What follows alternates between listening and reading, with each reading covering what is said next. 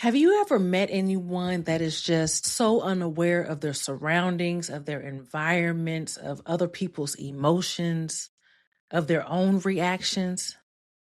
That's what I want to talk to you all about today. Emotional ignorance. We hear all the time about emotional intelligence and EQ and EI. But what about emotional ignorance? Let's get into it. Hello, everyone. Welcome back to another episode of the Community Solutions Podcast, the only podcast that's inspiring leadership and humanity within and beyond the workplace. It is so good to be with you all today. As I've been preparing and updating a speech that I'll be delivering soon and have been, I just wanted to talk about the opposite side of it. So yes, we could talk about emotional intelligence all day, but let's talk about the ignorance of it. Now, I know ignorance is a strong word, right? But I want to read the definition of it because I was thinking about ignorance and I was thinking about ignoring. Are they the same? What's the difference? So let me give you a brief definition of what ignorance is described in the Merriam-Webster dictionary. It says the state or fact of being ignorant, the lack of knowledge, education, or awareness. So that means that they just lack that insight, that they lack that knowledge. They have no idea. They are unaware. Okay. Now to ignore is to refuse to take notice of. So when I'm speaking about emotional ignorance, I'm not saying that they are blatantly disregarding.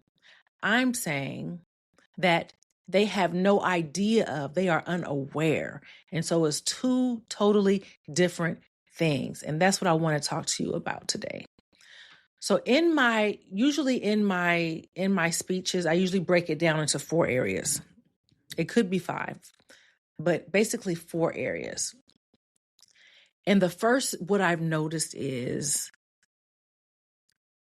that people who are emotionally ignorant, and when I say that, I mean this is all the time. They have no idea. It's not just at work. It's not just with a certain person. It's not just in certain environments. This is just who they are.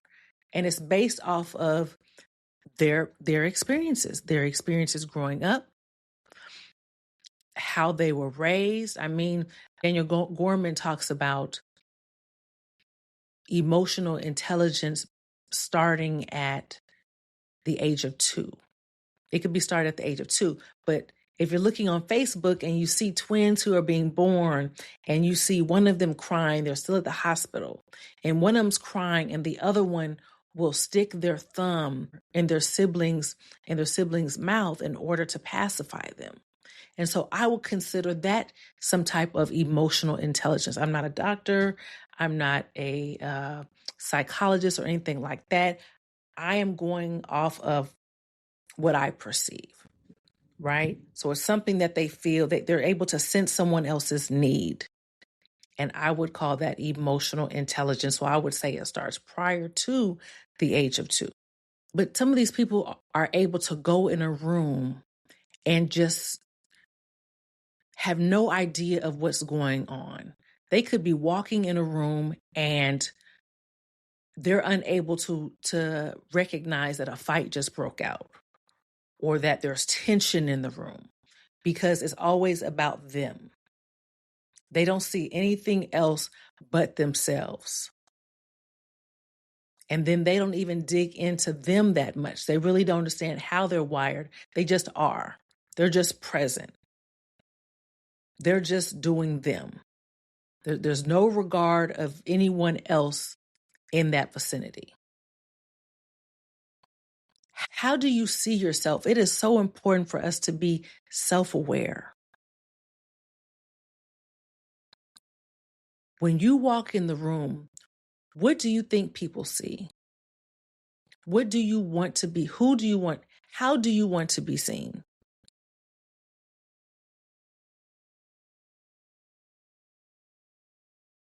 What do you feel when you walk in the room?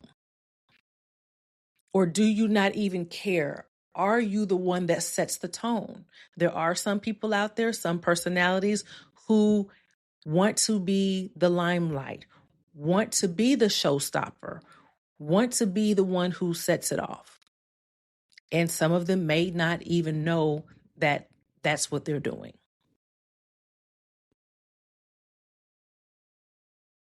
Who are you?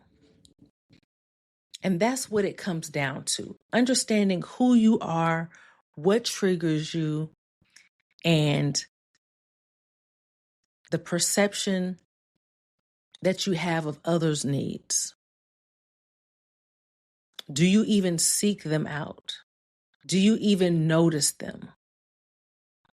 Imagine if we all had some type of concern about how someone else was feeling, what someone else was going through. Having that empathy, what would the world be like today? And this is exactly why I do what I do. This is exactly why I go into corporations, I go into the communities, I go into nonprofits and share the message of unity. And unity is not just about everybody getting along. I'm a bridge builder. I bring people together. I'm able to see where the pain points are. I'm able to identify the root causes. I don't know why. I believe that's one of my gifts. I recognized it when I was a server. I recognized that I had a gift of being able to see other people's needs and identify them and serve them as I was a server at a restaurant in California while I was in school. And being a server, you don't get paid that much. It's all about tips, right? But tips wasn't my motivation, but I knew that if I could please my customers, then that would directly impact me, right? But it came naturally. That's something that I realized later. I was just being me. I was treating them how I wanted to be treated. And I speak about that all the time. That's something that I do. It's wrong to expect it from others because you'll be sadly mistaken. But that's what I do. So in California, they don't serve you sweet tea. They serve you unsweetened tea. If you want it sweetened, you have to open up the package. You have to open it and put it in your tea. If I'm a server and I constantly come over there and refill your tea when it's halfway full, or you've only taken 5 sips from it, that means that you have to stop your conversation or stop your eating or your reading or whatever you're doing at this restaurant and continue to add more sugar. I know that's an inconvenience. I understand that in that environment, it is not beneficial for me to continuously coming over for your refills. Now, if you're drinking a soda, if you're drinking water, yes, I'll come over and top your glass off because I understand the needs. If I see 2 people having an intimate conversation or they're talking low, they're having a confidential information, I know they don't want me over there that often. I will glance over there, look and see what their needs are, and just drop it off. So that way they don't have to wave me down. They don't have to shush me away because I am, bombarding them with visiting their table. So it's really about understanding the needs of others, not just yourself, not just being self-centered and only concerned about your own needs. What is it that you're saying? How are you delivering your message? How are you communicating? Are you thinking about how the other person feels? Do you talk to everyone the same way, or do you truly understand the people you're around? Do you truly, and it doesn't mean that you're changing who you are, but what you are doing is you are becoming more effective. You are managing relationships. You are meeting them where they are. You are understanding them. If you go and talk to your your 5-year-old, I would assume you would not be talking to them the same way you're talking to your 15-year-old. The language changes, the delivery changes, your tone changes, your expectations change. How they speak to you is different. How you receive that information is different. What is it that you need to improve on? How are you emotionally ignorant? Where is it that you lack? Are you, when you come home from a long day's work, are you able to see that your child had a bad day? Do you see their mannerisms changing? Do you see their frustration when you talk about this one particular thing? And then you wonder why they're upset. This is all about emotional intelligence. And when you lack it, it is emotional ignorance. Whether it's in the workplace, whether it's at home, whether it's in the community.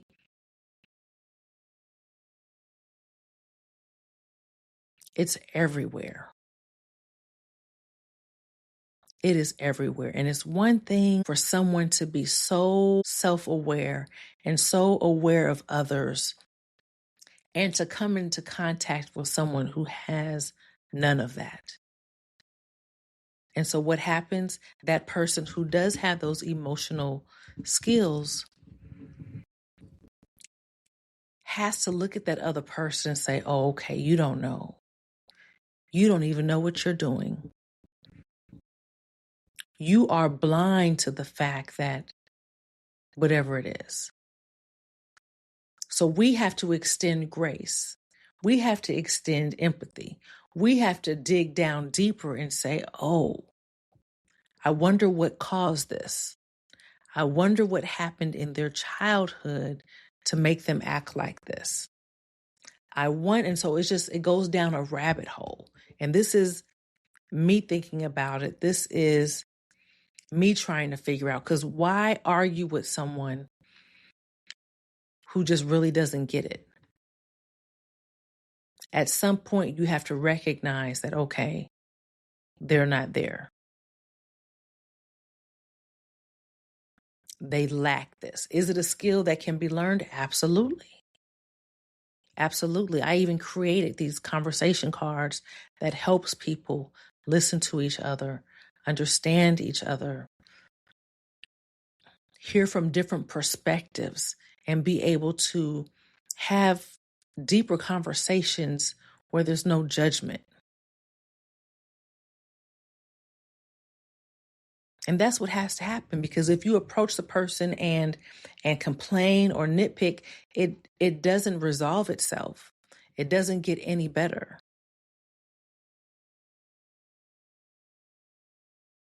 There has to be some welcoming, some understanding, some invitation. Who is it that you know? As I'm speaking, who is it that comes to mind? Would you say that someone who is at work and brings a tuna sandwich and eats at their desk, would you say that they're concerned about the people around them? Do you think they even thought about it? Maybe they didn't consider it. What do you think?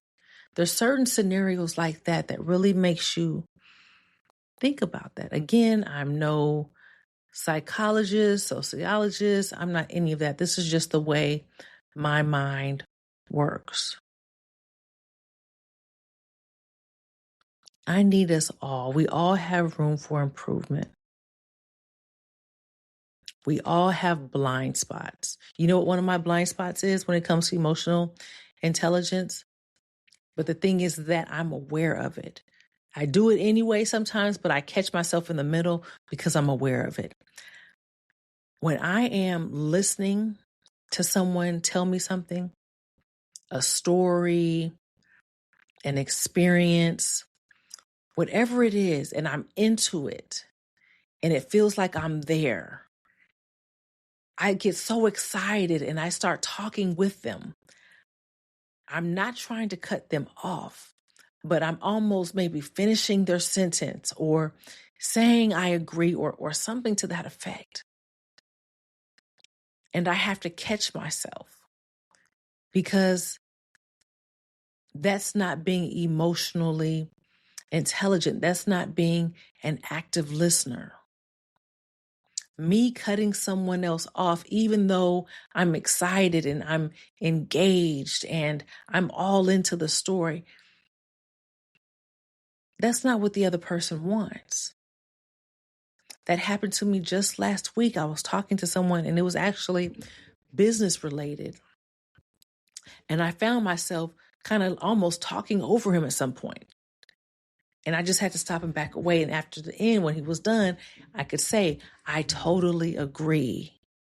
I totally agree. You said it better than me. Emotional intelligence when it comes to yourself is not only being aware of yourself and knowing what you like, but also being able to manage that, being able to not get triggered. When someone gets you upset, not allowing it to, as they say, allow you to crash out. Sometimes you have to have that pause. Sometimes you have to take that breath because you're aware of what's going on. We have to slow down in our responses. We have to slow down when it comes to teams, working in teams, even not even just at work, but with your neighbors. Do you understand the dynamics? Do you even know your neighbors? Do you know when they leave the house? Are they early birds or are they night owls? Should you be cutting the grass at that time? Does it bother them? Not saying that you have to cater to everybody's needs, but are you aware?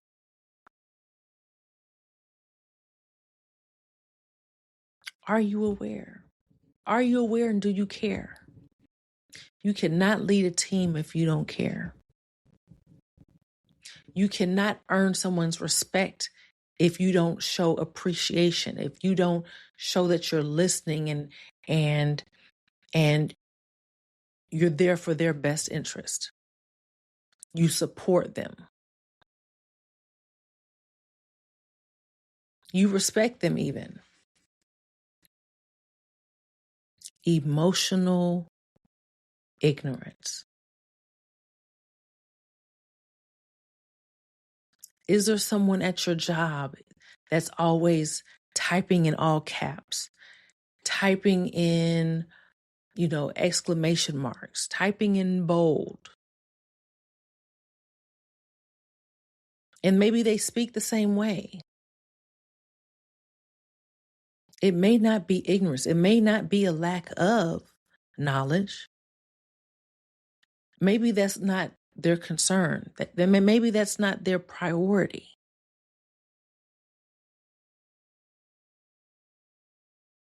When does a conversation need to be had? Are you open to it? Do you have to have the last word? What is your body language?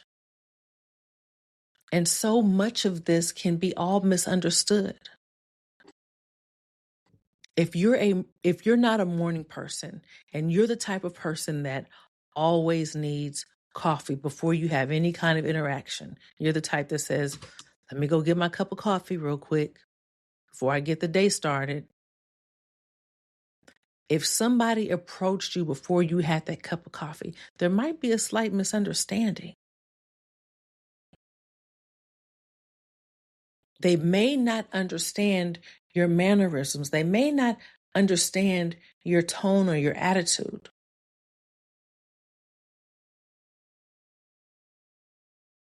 But that can be easily corrected. That could be easily, tended to later. And especially with management, it's so important for your team to understand you. If you hire someone on your team, it's important that there's a conversation of how you speak, what you expect. Are you direct? I'm direct. I say exactly what I need. It's not in a strong tone.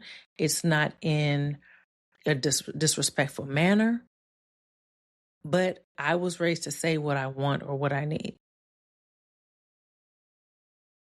And not everyone is used to that, especially with people who grew up without a father figure, who has that strong voice, who has that strong delivery. Even if I'm listening to myself, I've always thought I've had a strong voice. When my children were growing up, I had to tell them, I'm not yelling at you, I'm explaining. So it's very important to have that open dialogue. Are you open to open conversations? Open dialogue. Are you listening to truly understand, or are you only getting sound bites in order for you to come back later with something else? It's like offense, defense. It's your turn. Okay, it's my turn. Okay, it's your turn. No, where is understanding? Okay, I can hear where you're coming from. I can see how you got to that and still disagree with you. And that's okay. But that communication, that open dialogue tells me how you got to that conclusion. Oh, okay. I see. Because this happened, you thought this, and this. That's not what happened. That's not what I intended, but I understand how you got there.